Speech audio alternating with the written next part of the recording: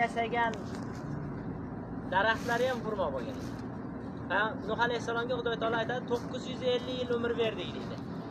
950 yil. 50 yoshlarida payg'ambar bo'lgan bo'lsalar ham Nuh alayhisalom 900 yil yolg'iz Xudoga, yakka Allohga chaqiradilar.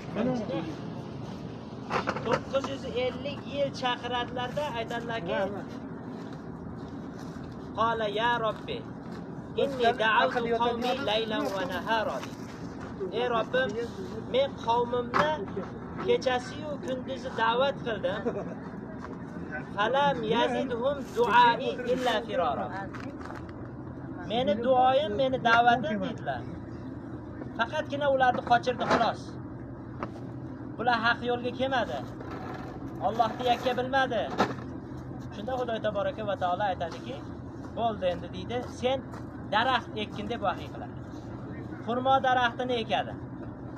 Xurmo daraxti 40 yoshga yetgan paytda endi buni kesishga buyuradi Xudo taolo. Kesib deydi, kema yasagin. Kema yasasa Nuh alayhisalomning qavmi aytadiki, bu jinni bo'pti. Sahroni o'rtasida kemaga bola bor. Suv deydi, bu yerdan deydi qancha mil kilometr uzoqlar bo'lsa, bu yerda kema nima bo'ladi? Deganda Xudo taboraka va taolo aytadiki: "Fa idza jaa amruna wa farat an-nur fasluk fiha min kulli zawjayn ithnayn fa ahlaka illa man sabaqa alayhi al-qawl. Fala tukhatibni fil ladina zalamu innahum mughraqun." Meni amrim kelgan paytda deydi, shunaqangi suv hamma yo'qni bosib ketadi. Sen shu paytda har bitta jonzotlardan juft-juft qilib olib kemaga chiqqin. Endi cho'kib ketganlar haqida bozor qilmay turamiz. Cho'kib ketganlar haqida sen menga xitob qilmagin, ey bola. Ey, menga xitob qilmagin. Nuh alayhisalom o'g'illarini so'raydi, yaxshi ko'rar ekanda, baribir o'g'li katta to'ng'ich o'g'li, yaxshi ko'rgan o'g'li bo'ladi. Ey Robbim, o'g'limda shu. Oldin o'g'liga aytadi: "Ey o'g'lim, iymon keltirganlardan bo'lgan bizni kemaga chiqqin" desa, "Yo'q" deydi. "Men tog'ni tepasiga chiqib olaman-da. Tog'ni tepasida suvdan men eminda qolaman." Keyin Xudoga yolvoradi: "Ey Robbim, o'g'lim meni ahlim edi" desa, "Innahu laysa min ahlik" deydi. Seni ahlingdan emas. Odamning naslidan bo'lishligi mumkin ekan, o'zini farzandi, pushti kamaridan bo'lgan farzandi, lekin unga ahl bo'lmasa, laysa innahu laysa min ahlik. U seni ahlingdan emas. Innahu amalun g'ayru solih. Chunki u solih amallarni qilmaydi u. U iymonga kelmaydi u.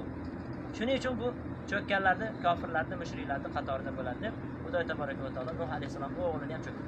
Demak, Nuh alayhisalom kema yasagan daraxt ham xurmodan bo'lgan. Payg'ambarimiz qurgan masjidlarini ustunlari ham, ustun, to'sin, strapil hamma yo'g'i nimadan bo'lgan?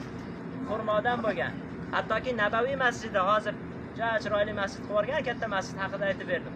Shu masjidda ham oldin xurmoni cho'paylaridan qilishgan.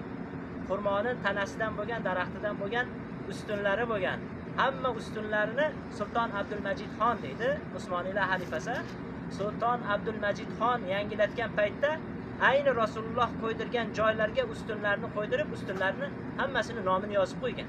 Masjidga kirsiz, nomi yozilgan ustunlar bor. Nomi yozilgan ustunlar ayni shu ustunlar. Yana xurmo haqida bir qancha narsalarni aytish mumkin-ku, lekin Payg'ambarimiz alayhisolatu vassalom Madinaga kelar ekanlar. Madina xalqi xurmo yetishtirishga juda usta bo'lgan. Juda mirishkor bo'lgan. Xurmoni boshqa daraxtlar bilan chachishtirib, mevasini, hosilini ko'p olishar ekan. Rasululloh sollallohu alayhi vasallam ana shuni taqiqlabdi. Yo'q, boshqa daraxtga shakllantirmaylar edi.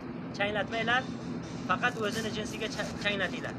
Keyingisi yili mirishkorlar, dehqonlar payg'ambarimizga shikoyat keladi. Mevani, xurmoni hosili kamayib ketdi. Meva qilmay qo'ydi. Shunda Rasululloh aytadilarki, "Antum a'lamu fi umurikum." Sizlar ishlaringizni bilgursizlar, o'zlaringiz bilib qilaveringlar deydi. Keyin boshqa mevalarga chachishtirib, buni xurmosini, daraxtini, mevasini ko'p qilib, ser hosil qilib, navlarini yaratishar ekan. Lekin payg'ambarimiz alayhisolatu vassalom o'zlari ko'paytirgan bog'larida ekkan, oliyot hududida bog'lari bo'lgan Arostoniyam. O'zlari ko'paytirgan xurmoni navi ajva deydi. Ajva xurmosi 20 dan ortiq xillari bor. lekin shularning ichida Rasulimiz alayhisolatu vassalom yetishtiradigan navlari ajva bo'lgan. Shuning uchun ajva haqida ko'p gapirganlar. Rasululloh sollallohu alayhi vasallam aytadilarki, kim har kuni deydilar 7 dona ajva xurmosidan yesa, unga na sehr ta'sir qiladi va na zahar ta'sir qiladi degan. Sehr ham ta'sir qilmaydi, zahar ham ta'sir qilmaydi ekan. Ajva xurmosidan yegan odamga. Mana shu xurmo haqida aytilgan gaplar edi. Yana aytsak qancha gaplar bor, lekin vaqtimiz chegaralangan.